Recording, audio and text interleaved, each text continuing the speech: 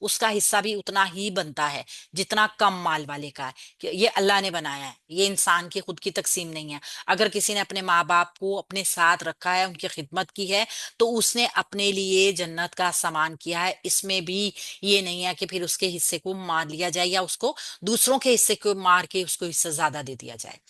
آباؤکم، باپ تمہارے، و ابناؤکم، اور بیٹے تمہارے، لا تدرونا، نہیں تم جانتے، ایہم، کون ان میں سے، اقربو، زیادہ قریب ہے، لکم، تمہارے لیے، نفعن، نفع میں.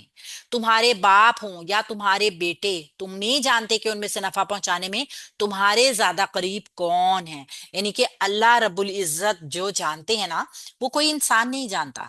ٹھیک ہے نا. اور یہ اسی لیے اللہ رب العزت نے کہا، یہاں پہ کہا ہے نا کہ وصیت کو برابر تقسیم کیا جائے. ہم اپنی عقلیں استعمال کرتے ہیں نا، اللہ تعالیٰ کے حصوں کے مطابق وراثت کو تقسیم نہیں کرتے جو اللہ نے مقرر کر دیا ہے. کوئی آدمی یہ سمجھے کہ میرے بوڑھے والدین ہیں، میری وراثت میں یہ خام خواہ ان کا کیوں حصہ بن رہا ہے، اب انہوں نے پیسے کا کیا کرنا ہے، یہ تو اپنی زندگی گزار چکے ہیں، اب وراثت تو میری میری اولاد ہی کی بنتی ہے نا، چھٹا حصہ ان کا کیوں اللہ تعالیٰ ان کو دے رہا ہے. تو یہ غلط سوچ ہے. ہم نے کیا کرنا ہے، بس اللہ کا حکم ماننا ہے. اب ہم نے یہ چیز نہیں دیکھنی کہ ہمارے زیادہ قریب کون ہے. یہاں پہ اصل میں اقربو لکم نفعن، تمہارے لیے نفع میں کون زیادہ قریب ہے. نفع کو نہیں دیکھنا، فائدے کو نہیں دیکھنا. میں اپنا سارا سب کچھ اپنی بیوی کے نام کر جاؤں تاکہ اس کے بعد میری بیوی سٹرونگ ہو جائے، میرے بچوں کو بے شک کچھ نہ ملے، لیکن میری بیوی کو اس لیے میں نام کر دوں تاکہ اس کی جائیداد میں میرے ماں باپ کا حصہ نہیں ہوگا. تو یہ زیادتی ہے، یہ ایک زیادتی ہے اپنے ماں باپ کے لیے.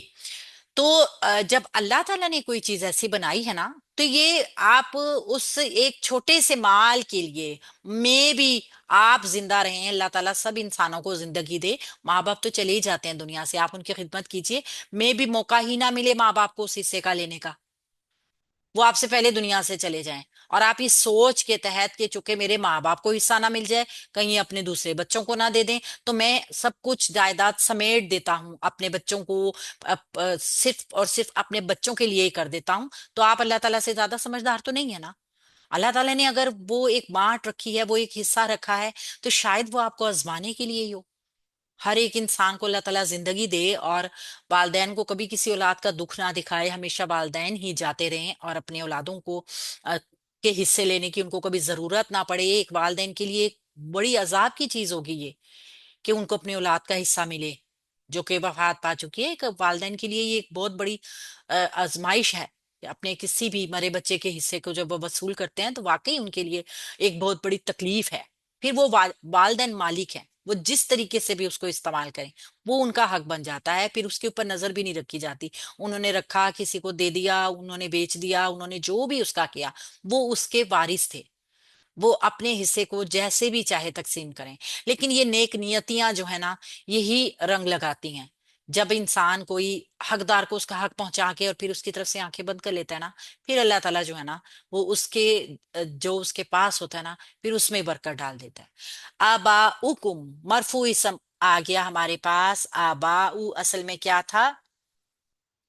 آباؤنا، آباؤنا. ٹھیک ہے نا. باپ تمہارے، کم ضمیر جڑ کر آئی، مرکب اضافی کا پیٹرن آ گیا، مبتدا بنے گا واو عطفی کے ذریعے. واو ابا ابناؤکم، یہ بھی مرکب اضافی بن گیا واو عطفی کے ذریعے، یہ دونوں مبتدا بن گئے. ٹھیک ہے. آگے ان کی خبر بنے گی لا تدرونا، نہیں تم جانتے. فعل مضارع نفی ہو گیا لا نافیہ کی وجہ سے. تدرونا فعل مضارع جمع مذکر حاضر کا صیغہ ہے، دال را حمزہ اس کا روٹ ورڈ ہے. تم جانتے نہیں ہو، ادراک نہیں کر سکتے. اب یہاں پہ یہ فعل بفاعل ہو گیا، انتم کی ضمیر اس کے اندر فاعل ہو گئی ہے. ٹھیک ہے. جملہ فعلیہ نافیہ بن گیا ہے جو کہ مبتدا کی خبر بن گیا ہے. ٹھیک ہے. ابھی یہ یہیں تک ہے. ایوہم، ایو ہم نے پڑھا تھا جب ہم نے پڑھی تھی نا کچھ اسما تو ہم نے اس میں ایو بھی پڑھا تھا اسم استفہام میں، اور ہم نے دیکھا تھا کہ یہ ایو جو ہے نا یہ ہمیشہ مضاف بن کر آتا ہے. تو یہاں پہ بھی آپ دیکھیے ایون مضاف ہے اور ہم اس کا اس کا مضاف علیہ ہے. یہ مرکب اضافی کا پیٹرن بھی ہے. ٹھیک ہے، ایہم اسم استفہامیہ ہے، یہ مرکب اضافی کا پیٹرن بن رہا ہے اور یہ مبتدا بنتا ہے. اسم ہونے کی وجہ سے مبتدا بنے گا. اقربو اسم التفضیل، لکم مرکب جاری متعلق ہو جائے گا اور نفعن منصوب اسم ہو جائے گا. ہم اس کو تمییز کہہ سکتے ہیں، کون تمہارے زیادہ قریب ہے کس چیز میں. وضاحت کے لیے آیا منصوب اسم نفع میں. وضاحت کی گئی ہے نا، ایک مبہم سی چیز تھی، مبہم سی چیز کی وضاحت کرنے کے لیے منصوب اسم کو لایا گیا ہے. تم میں سے کون زیادہ قریب ہے نفع میں، نفع پہنچانے میں. یعنی والدین، تمہارے والدین ہوں یا تمہارے بیٹے ہوں، تم یہ چیز نہیں جانتے کہ تمہیں نفع پہنچانے میں کون زیادہ قریب ہے. تو نفع نے تمییز کی اپنا ایک ہوتا تو یہ منصوب اسم ہی ہے. اور اقربو اصل میں یہ جو اسم التفضیل ہے نا، اس کو یعنی افعال التفضیل بھی کہا جاتا ہے. ٹھیک ہے، اس کو میں ابھی ایکسپلین نہیں کروں گی، بس آپ اس کو ایک جملہ سمجھ لیجئے گا جو مبتدا کی خبر بن کر آ گیا ہے. تو یہ مبتدا اور خبر جو ہے نا، یہ لا تدرون فعل کے لیے مفعول بن کر جملہ فعلیہ نافیہ بن گیا فعل فاعل مفعول کے ساتھ، اور یہ خبر بن گیا اس مبتدا کی. یہ پورا ایک جملہ مکمل ہو گیا. اب اگر آپ کو تھوڑا سا کنفیوز لگا ہو تو ریکارڈنگ میں دیکھ لیجئے گا کہ یہ مبتدا ہے آباؤکم و ابناؤکم، دونوں مرفوع اسم ہیں. خبر یہاں سے شروع ہوئی ہے.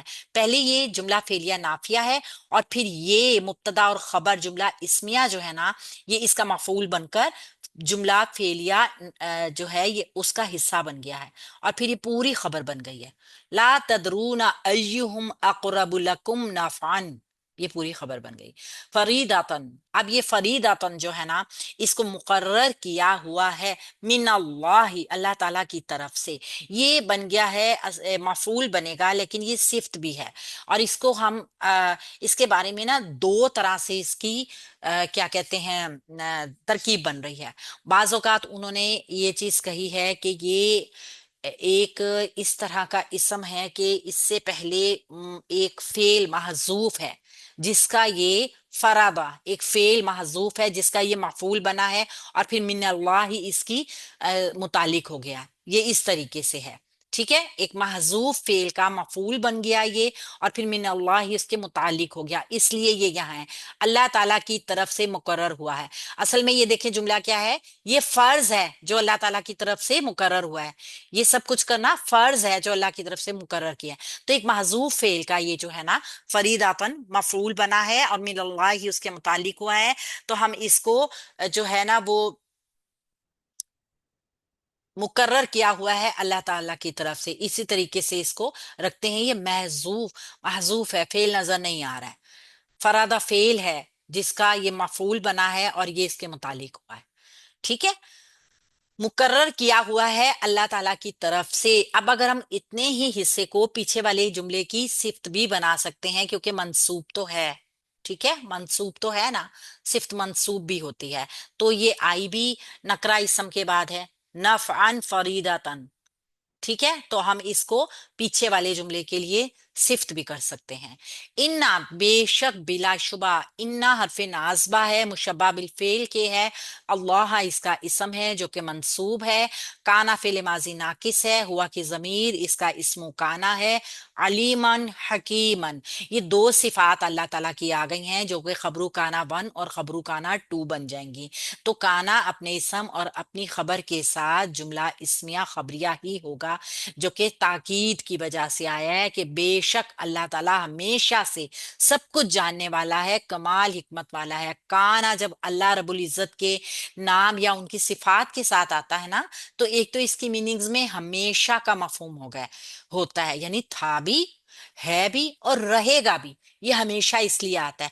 یہ ہوتی ہے آفاقی سچائی جس کو بدلا نہیں جا سکتا. جب بھی کانا کا ترجمہ ہمیشہ کے ساتھ آئے گا نا، ہمیشہ سے ہے، اس کا مطلب یہ ہوگا کہ